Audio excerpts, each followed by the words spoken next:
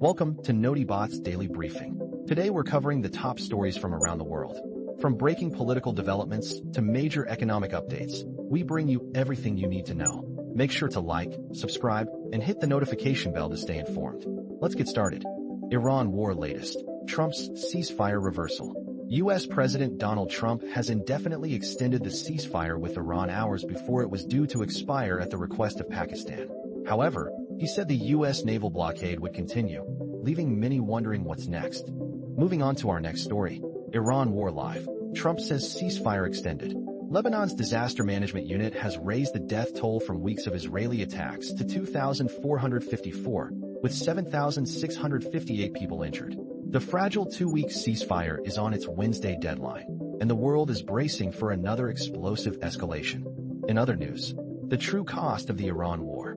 Over 3,300 Iranians, including 383 children, have been killed since the U.S. and Israel launched their illegal war. Authorities said this week that the economic fallout is growing, with bombs killing civilians, but also crippling infrastructure and economies worldwide.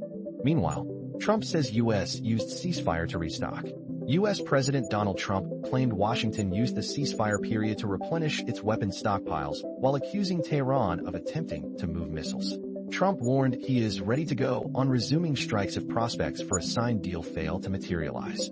Let's turn our attention to Iran Parliament Speaker warns of new cards.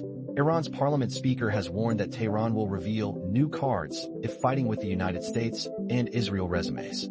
2 days before the ceasefire deadline expires, Galabaf added that U.S. President Donald Trump is seeking to turn the negotiating table into a table of war. Next up, Trump rages at Iran war critics. President Trump railed against Iran war critics in a series of Truth Social posts, insisting he's under no pressure to make a deal with Tehran as peace talks remained in limbo. The big picture. Ahead of the looming deadline for the ceasefire ending, Trump denied that Israel had dragged the U.S. into the war. Shifting gears, Zelensky condemns U.S. extension of Russian sanctions waiver. Ukrainian President Volodymyr Zelensky condemned the U.S. extension of the Russian sanctions waiver, arguing it undermines efforts to ease the energy supply crunch sparked by the U.S.-Israel war with Iran. And now, U.S. lawmakers condemn threats against Congresswoman Ansari. More than a dozen Democratic lawmakers have voiced support for Congresswoman Ansari after threats and doxing following her criticism of the war with Iran. Representative Gregory Meeks said he was enraged by attacks directed at Ansari, her family, and staff. That wraps up today's daily briefing. If you found this video informative, please give it a thumbs up and share it with friends who need to stay informed. Subscribe to NotiBot for daily news updates and breaking stories. Thanks for watching, and we'll see you tomorrow.